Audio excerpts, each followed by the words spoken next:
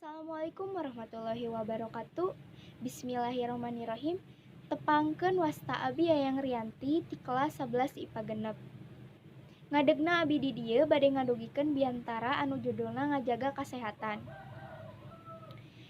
Ibu bapak guru anu dipika hormat sareng rerencangan anu dipika cinta, langkung ti payun mangga urang sangakeun puji sareng syukur ka Allah Subhanahu wa taala nu parantos maparin waktos ka urang sadayana dugi ka tiasa patepang rarai dina ieu waktos. Alhamdulillah, urang tiasa kempal dina ieu waktos dina kaayaan sehat walafiat.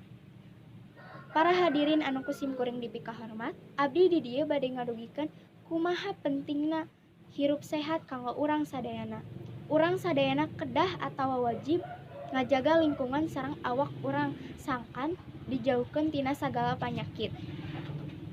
Kumargi kitu, urang kedah hirup sahadi dinten ku cara anu sehat, ngabersihan awak atawa ibak, ngabersihan kuku, nyikat waos anu rutin, eta contoh hirup sehat. Contoh anu sanesna nyaeta micen runtah kana tempatna, ngiduh ulah di mana wae, sareng lamun batuk atawa bersin kedah ditutupan. Kasehatan mangrupakeun hal utama anu penting kanggo urang sadayana. Kalayan sehat, urang sadayana tiasa ngalaksanakeun kagiatan sapopoe. Kasehatan manusa dibagi kana kasehatan fisik sareng mental. Kasehatan fisik nyaeta kasehatan anu mangaruhan kana awak urang, sapertos latihan sareng sikep awak urang. Kalayan kasehatan fisik, urang tiasa ngalaksanakeun sagala kagiatan sapopoe tanpa kacapean.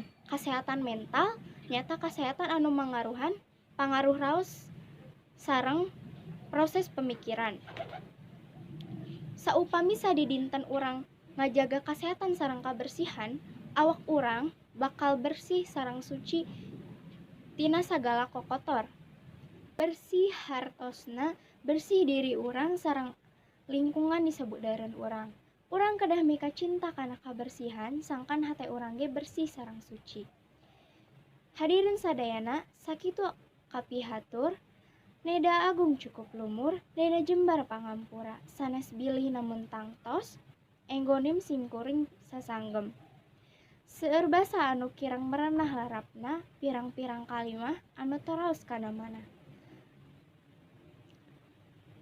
Hatur nuhun kana perhatosanana. Wassalamualaikum warahmatullahi wabarakatuh.